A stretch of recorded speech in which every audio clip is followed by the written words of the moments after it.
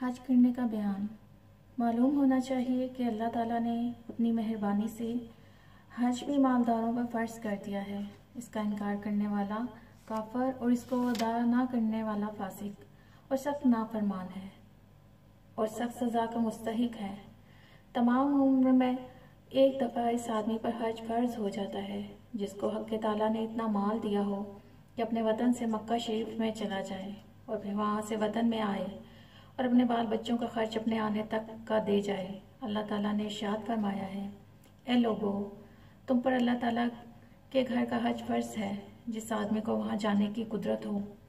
और हादिया आज़म हज़रत मोहम्मद सल्लल्लाहु अलैहि वसल्लम फरमाते हैं कि जिस आदमी को ज़ाहिरी मजबूरी हज करने से रोके, जैसे बीमारी या रास्ते का ख़तरा या कोई हुकूमत ना जाने दे, और फिर वो बेहज किए मर जाए, तो इसको इख्तियार है कि चाहिए कि यहूदी होकर मरे या ईसाई।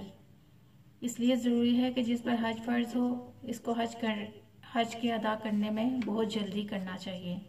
क्या खबर है कि ज़िंदगी कितनी है, कहीं ऐसा ना हो कि ये अल्लाह का हुक्म सर पर रह जाए। अगर हज के सफ़र में जान का या माल का नुकसान हो जाए तो परेशान नहीं होना चाहिए, बल्कि इसको हज के मकबूल होने की निशानी समझे और अल्लाह ताला से सवाब की उम्मीद रखे।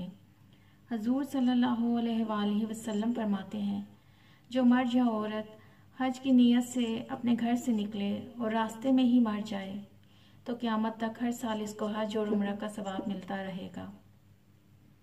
और जो मर्द और औरत हज करने वाला मक्का शरीफ या मदीना शरीफ में मरेगा वो बेहिसाब जन्नत में जाएगा।